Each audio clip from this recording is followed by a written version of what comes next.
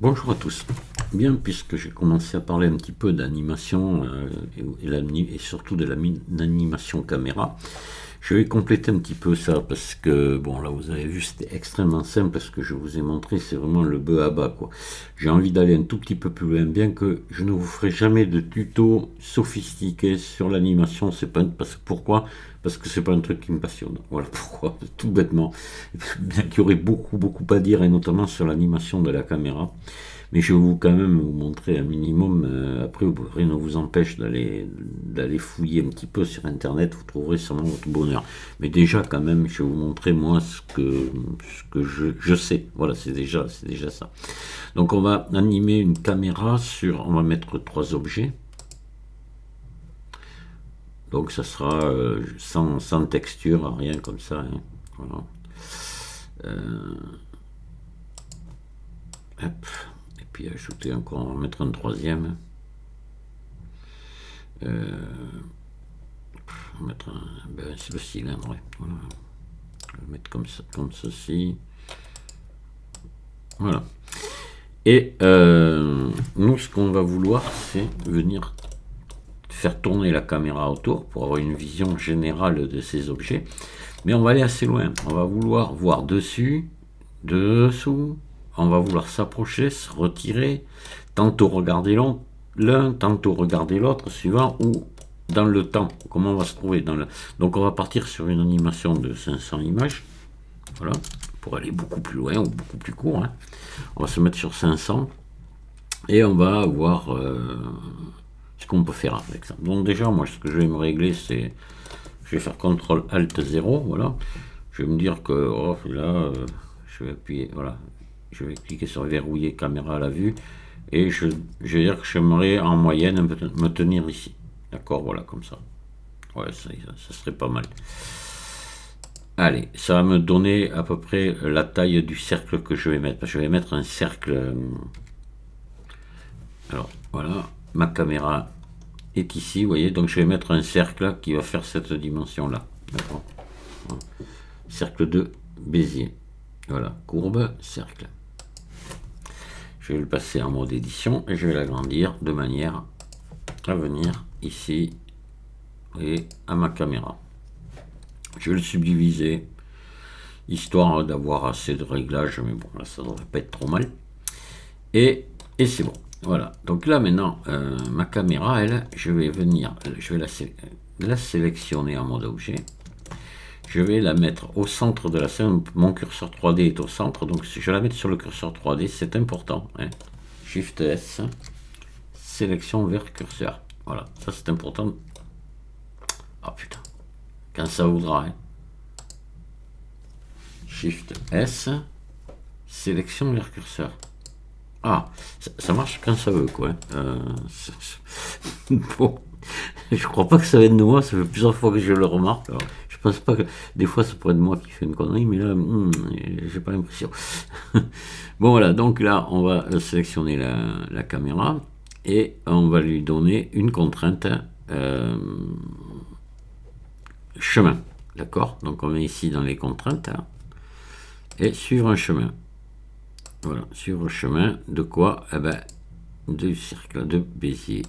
Voilà. Donc elle vient se remettre dessus, c'est parfait. Là je touche à rien, je laisse tout comme ça. Et je fais animer chemin ici. Ça c'est important, sinon ça ne marchera pas. Donc là déjà, si je voyais, hop, la caméra, et bien elle va suivre le cercle. Alors, j'ai un temps d'animation à lui donner. Le temps d'animation, animer le chemin. Donc je sélectionne ma courbe ici. Comme ma courbe, c'est le chemin, ici, pardon. Voilà, et chemin d'animation, on est à 5, nous, on n'est pas à 100, on est à 500 images. Voilà, donc déjà maintenant, mon temps d'animation sur la courbe sera de 500 images. Il faut que je baisse ici, voilà, vous voyez. Pour faire un tour complet, ça mettra un temps de 500 images. Puisque le temps est là, et dans ce cas-là, est donné en nombre d'images. Voilà, je ne vous dis pas tant de secondes, tant de minutes, je vous dis tant d'images. C'est comme ça. Et c'est s'en contenter, je vous en dirai pas plus. Si je l'ai déjà expliqué ça. J'ai déjà expliqué le rapport entre temps et nombre d'images. Voilà. Voilà, quand même. Alors là c'est bon. Si j'appuie sur 0,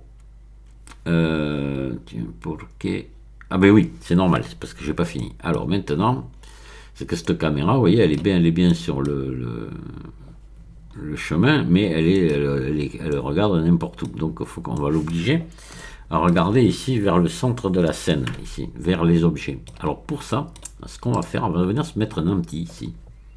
Parce que vous allez voir pourquoi vous pourriez me dire, ben on n'a qu'à la diriger vers un objet, là, et puis vers le curseur 3D, et puis c'est bon. Non, non, parce que vous allez voir après, on va aller plus loin. Alors on va ajouter un petit axe plein, voilà. Je vais le mettre là, je le mettrai, vous voyez, ici, par là, là. Voilà. Et je vais dire que je vais demander à la caméra qu'elle regarde mon empty en permanence. Quel que soit l'endroit où elle est, qu'elle regarde toujours l'empty. Donc je sélectionne ma caméra. Je viens dans les contraintes ici, je vais lui remettre une contrainte de plus ici, qui est suivi vert. Ouais, suivi vert. Cible, l'empty. Et je touche rien d'autre. Je laisse tout comme ça. Vous voyez ces petits pointillés qui viennent de se mettre en place. Et regardez, vous voyez que la caméra regarde vers l'empty. Et maintenant, si je la fais tourner, elle va toujours regarder l'empty. Alors ça, c'est vachement intéressant. Pourquoi c'est intéressant? Parce qu'on se dit, mais à ce moment-là, si on bouge l'empty, la caméra, eh oui, oui, tout à fait. Vous avez complètement raison de penser ça. Ça va être intéressant parce qu'à un moment donné, on va pouvoir lui faire regarder par exemple le cube, lui faire regarder les trois, lui faire regarder l'objet que l'on veut en animant tout simplement l'empty. Voilà. Et si je le bouge, vous allez voir que la caméra ici va se diriger, voyez, vers l'empty, partout où je le mets. Voilà. Pratique, hein. Alors ça c'est bien. Mais en plus c'est que là, mon cercle ici de Bézier, si je le modifie maintenant, par exemple, je veux qu'arriver ici, je veux que la caméra regarde par-dessus. Je vais le mettre là. Vous voyez? Et là, elle va regarder comme ça. Arriver ici, par contre, je veux le contraire, qu'elle regarde par-dessous. Vous voyez? Alors, on peut tout aussi bien aussi rapprocher. La caméra va voir de plus près à ce moment-là. Mais ça, vous pouvez le faire. Mais sinon, on peut aussi après animer la focale de la caméra aussi. Hein. C'est peut-être plus pratique. Je ne sais pas. À voir. Mais de toute façon, on peut. C'est pas un problème. Donc là, voilà quoi. Donc, on va repasser ici. Donc, je vais me remettre en vue caméra. Vous voyez? Et on va voir qu'au fur et à mesure que ma caméra va tourner, elle va regarder d'en haut, d'en bas. Regardez. Hop. Vous voyez, là, elle regarde en haut. C'est là l'endroit où on a monté la courbe. Et là, elle regarde depuis le dessous. C'est là où on l'a descendu. Vous voyez? Donc, pareil, alors comme je vous disais tout à l'heure, hein, on peut tout aussi bien s'amuser à... ben là, quand on est d'en haut ici, on peut s'amuser à rapprocher ici, si vous voulez. Vous voyez? Et qu'elle regarde de près. On va voir ce qui se passe à ce niveau-là. Allez, on va se remettre en vue caméra. Hop, je tourne. Et là, vous voyez. Hop, là. Je zoome, voilà. Alors, moi, ça, je sais pas si c'est vraiment l'idéal. Comme je vous disais, on peut quand même plutôt jouer sur la focale. Ça fait beaucoup de choses, sinon, à faire faire à la courbe, et à force, je pense qu'on risque de se planter. Alors, maintenant, on va voir l'histoire de l'empty. Donc, on va se mettre ici. Et on est au départ, j'ai envie que alors, attendez. Vide, voilà. J'ai envie que ma caméra regarde ici le cube au départ. Attendez. Voilà. Je la mets ici. Je fais I, position. D'accord? Puis là, je vais laisser jusqu'à l'image 100 par exemple. J'ai envie qu'elle regarde toujours le cube. Donc je fais I, position. Et là, d'un seul coup, là, j'ai envie qu'elle aille regarder maintenant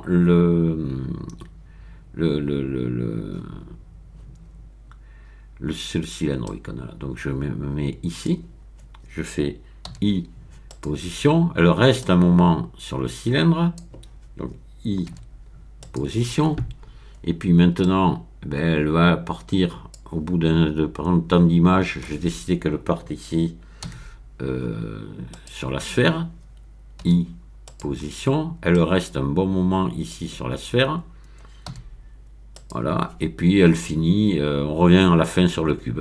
Allez, on fait ici, donc on avance un peu, voilà, ici,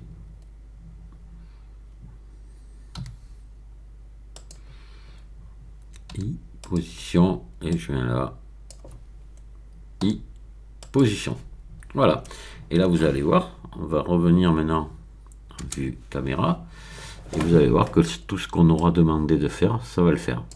Donc là, je suis sur le cube, et d'un seul coup, hop là, je m'en vais ici sur le cylindre, hop, et ici, je me déplace encore, ce coup-ci sur la sphère, là on regarde depuis dessous, là on se rapproche, et ainsi de suite. Voilà. Alors après, comme je vous disais, ce que vous pouvez faire, c'est par exemple ici, voilà, vous êtes comme ça, à partir de là, par exemple, on peut venir zoomer ici sur le... Alors on se met, on va sélectionner la caméra là, vous voyez, on peut venir, caméra, ici, voilà. On peut, alors au départ là, je vais mettre ici une image clé sur la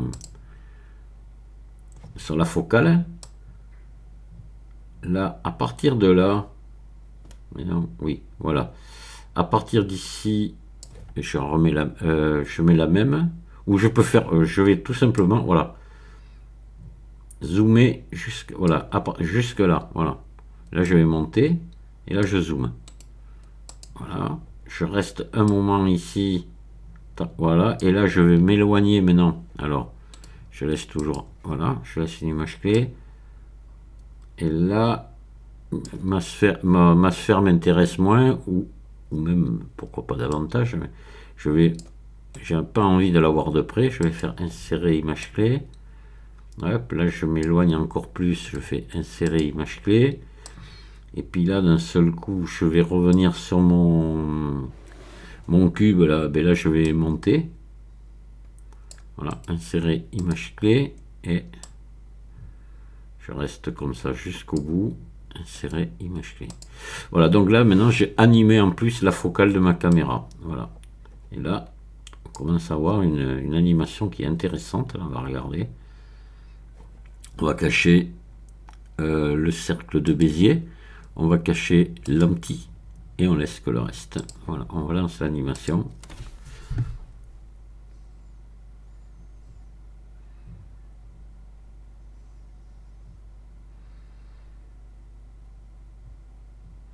Donc vous voyez que tout est pris en compte, la forme de la courbe, son emplacement par rapport aux objets, et la focale de la caméra aussi.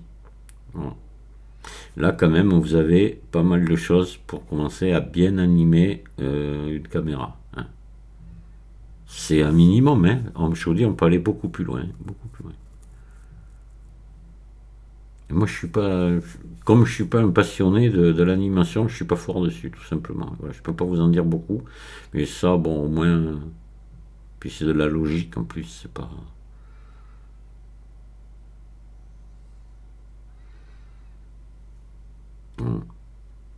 Donc après, c'est vous, suivant ce que vous voulez faire, vous devez décider comment vous placez votre courbe, etc. Comment dessus, dessous, proche, loin.